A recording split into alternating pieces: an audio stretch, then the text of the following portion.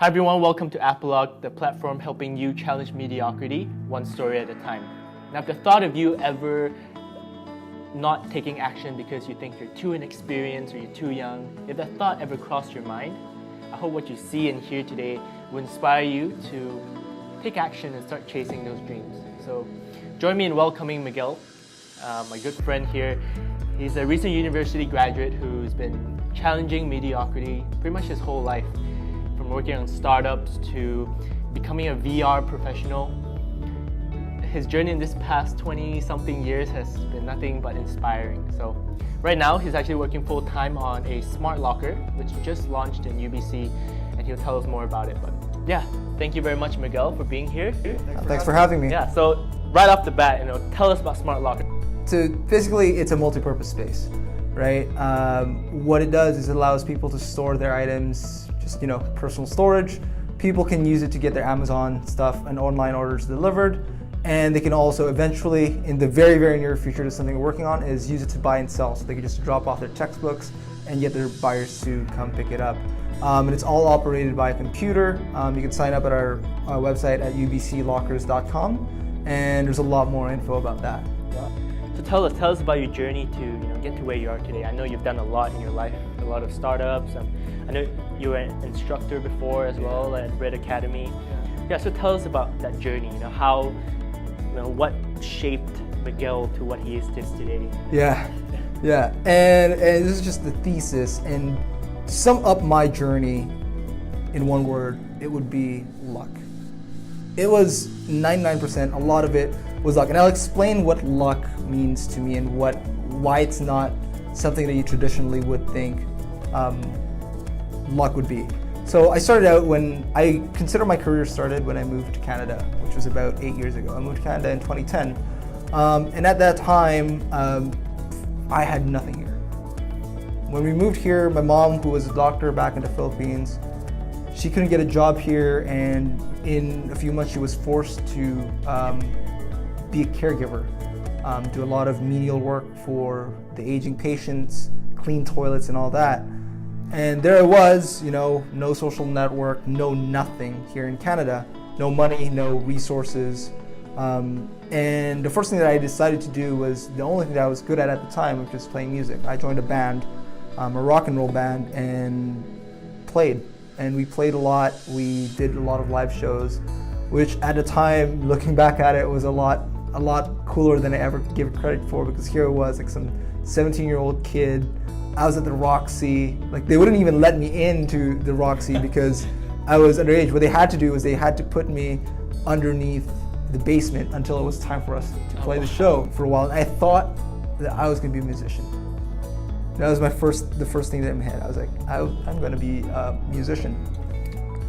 And then a couple of months pass, and me and the band leader kind of got into a band drama, got into a fight, and for me, it was a good sign as any that I should probably look into other things, because at the time I was thinking, maybe I should go into this university thing. I don't know what this is, because all the universities I know was all in the Philippines, but I was considering, maybe I should do post-secondary education, and maybe I should study. And at that time as well, I was going to our community center gym. That was around the time I began working out. And I passed this room, and I looked inside, and my crush was there. Luck. I decided that I wanted to check out what was going on in that room. There was a group of them. My crush was there, and I decided to find out what was going on in that room. And what was going on in that room was Killarney Youth Council. Now, me being a teenager who wanted to get close to his crush, I decided it would be a really good idea for me to join this youth council so I could get closer to that girl. And that youth council really shaped who I was in terms of ambition, because it was surrounded by people volunteering their time so they could, help out the community. And then after that, I got into UBC, and I wasn't really satisfied to just be a student. I had to be doing something. So I took a job at McDonald's. First year I took a job at McDonald's, and that is probably one of the jobs that I'm most proud of that I've done, because it really taught me about how work feels, and how does it feel to work really hard for money, because it wasn't easy work. Like, it was like you had to clean the toilets, you had to cook burgers, serve customers who were problematic at times. I didn't get to co-op in my first try, and that was the summer of my second year. I didn't get into co-op, but I was offered this job to do sales and marketing, and I was like, wow, that sounds really fancy. They're doing sales and marketing. Little did I know this was a door-to-door job for TELUS. And not gonna lie, it was a really, really crappy job. But it is, to this day, probably the single most important career decision I've made, because it really taught me how to sell. It taught me how to convince other people of what I'm trying to say and make them open up their wallets and support me in that sense. And when I was working for TELUS, I was also very active in meeting new people, meeting new friends, dating women, and that's where I met my girlfriend. I met my girlfriend by chance. I'm not sure if I'm ready to talk about exactly how we met each other here on camera, but next time. But we met each other completely by chance, and so it wasn't a crush in that counseling. No. That was gonna be like it was gonna go full circle. It did not go full circle. That was a teenage crush. But this one, it was completely by chance, and we're still together today. It's been like 4 and some years, but she'll become really important in a bit. Winter of my first term of third year was when I basically hit rock bottom. I actually got hospitalized from a mental state at the time, and that was final season. This is the first time I'm actually talking about this out loud, because I want you and your viewers to know, like, in the journey to success, there's a lot of things that'll make you go rock bottom. And I was hospitalized for my mental issues and my mental health issues, and that was like a really, really deep test, because I had to drop all my courses that I wasn't doing too good in to begin with. I had to drop all of them. I had to withdraw. Thankfully, UBC is really good about letting me withdraw.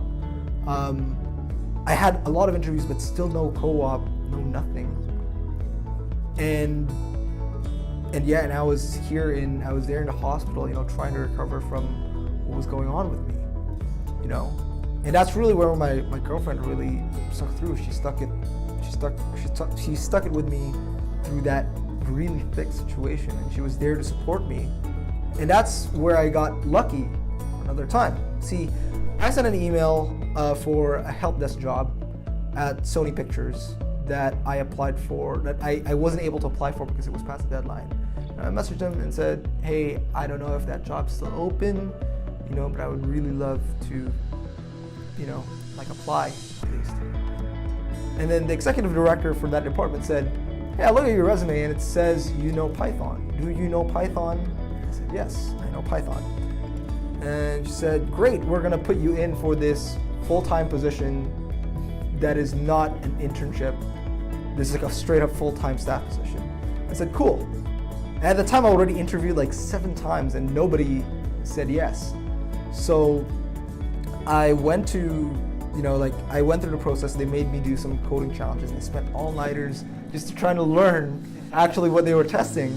And then the interview came and I got the job. And it was amazing because that was a time that I was really, really, really hopeless. Like, I had nothing. Like, I basically, although in my transcripts I didn't fail because I withdrew from classes, I was not succeeding academically. My mental health was not in the best spot. I had nothing for co-op, and I was gonna get kicked out of co-op if I didn't get a job then. So for it to just fall in my lap, and it wasn't just an internship position, it was a full-time, getting paid quite a bit of money for what it was for my age at the time. But yeah, as you see, there's a lot of like coincidences that happened in my life to make that happen, and that's kind of a common running theme. You're lucky to be surrounded by a great support system. Yeah. and your girlfriend seems like a really nice person, so you better better wife her. No, it's basically at that point. Like we're at 4 years, man. Like that's. Well, then when you knew, like. Yeah.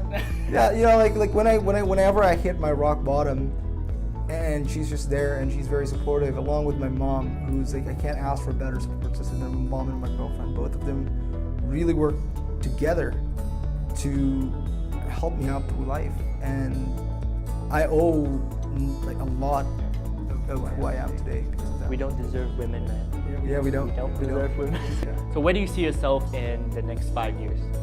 Still building a foundation for myself.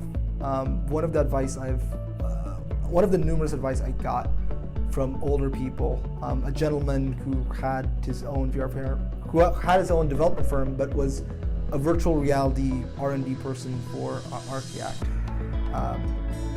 He basically told me time is on your side. He told me, like, at the time I was like 23. He's like, you're 23. Like, you've got all the time in the world. Like, you're not even 30. So like, I'm 25 right now. In the next 5 years, I'm still in my 20s. I still consider myself young in the grand scheme of things. In the next 5 years, all I'm going to be doing is just building on my business, building on my experience and my ability, so that when I reach like that, 30s, early 30s, mid 30s, then I could actually do a lot more. I'm still in growth stage. I'm not even close to being what I feel is ready for what I really want at the end of the tunnel. It's a perfect answer. I've heard a lot of advice from my mentor as well, and a lot of people tell us. I feel like there's so much. There are a lot of videos online right now that tells you, like, it makes us feel so old. It makes us feel like it's too late. And you see all these people who are super successful in their 20s, and you're like, why am I not there? I'm 23. I'm just graduating, and these people are like multi-millionaires, right? So just the amount of media that we're consuming now, they're telling us that, so late. But the truth is, we're like a quarter in, right? We're a quarter in. And in our career, a lot of the people who are viewing this, guys, you haven't even started your career. Like, you do understand, and something you have to keep in mind is that most people start their first businesses at 35. Like at mid-30s, and that's still young. That's still super young. Like, there's a long way for us to go. And that's something I don't think enough people appreciate, is that we're young. Make mistakes, right? Like, you don't have, like, you can't be perfect at early 20s. Yeah. And building on where you see yourself in the next 5 years, what does success mean to you? Say one day when you're in your 50s or 60s and you're lying on the beach, with your family and your lovely wife at the time. What do you want to look back on and be like, okay, this is it. Like, I've made it. So, success to me isn't a thing you achieve and then all of a sudden, I'm successful. That's it. End of story. It's not an achievement. It's not a thing. To me, it's more of a feeling. Success to me is a state. It's like happiness or enlightenment. It's not something that once you achieve it, you're like, oh, I've achieved success. That's it. Success is a feeling that people chase, that most ambitious people chase. Success is that high when you get a good mark in university. When you get that Webwork green, you guys know Webwork green. that color. When you see that Webwork green color, that small feeling, although for a lot of you might consider that's just the correct answer. That's what success is. It's a feeling that you get when you do something right. And I put the right in quotes because right could mean a lot of things. But success is a feeling, and it's something that you get addicted to. It's something that the moment you understand what success is, how it feels, once you realize that, oh yeah, that's success, it's something you just keep going back to. At least for me, it's something I keep wanting, and it's like a drug. It's very, very addictive. But that's what success means. Awesome.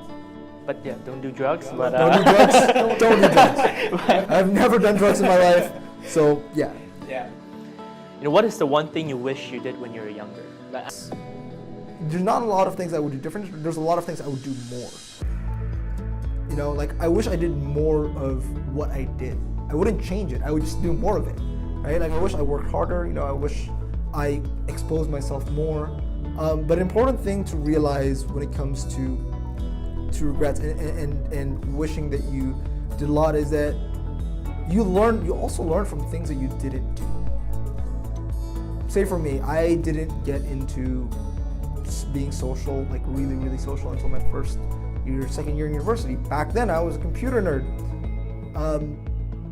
But the things I learned from not doing that is that, you know, I probably should, there's a more reason for me to do it now, right? There's a more reason for me to do it now. So I do, like, I have a lot of regrets, like a lot of like small things, like, oh man, why did I say that? Why did I say that? I shouldn't have said that. I have a lot of those things, but in the big picture of things, I wouldn't learn all of what I know now if I didn't make mistakes back then, if I didn't do what I do. If anything, I would just do more. But I wouldn't change a thing. I would just amplify it. So, you know, any final advice, you know, open the floor, anything you want to say to our viewers? Yeah, go. So, I talked a lot about getting lucky, and my biggest piece of advice is you need to get lucky. What do I mean by that? You need preparation and opportunity.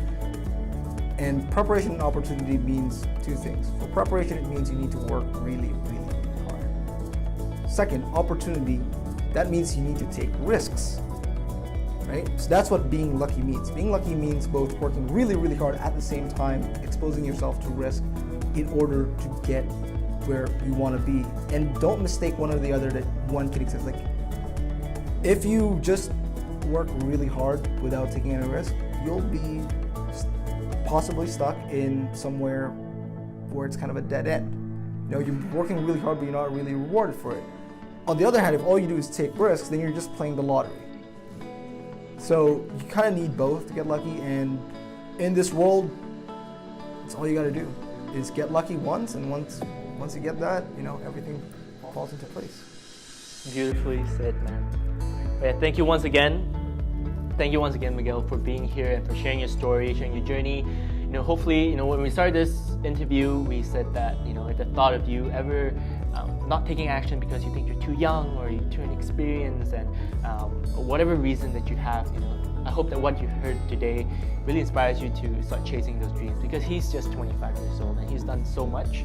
And obviously, don't compare where you are at right now with where he is, but hopefully you take it in a way that, you know, inspires you to really take action and do something worthwhile, right? But yeah, thank you again, Miguel, for being here and sharing your story. I know you're very busy with your new startup. Make sure you check out UBC Smartlockers. Put all the link in the description. And thank you again for watching. We'll see you in the next one. My name is James Lau, and this is Apologue.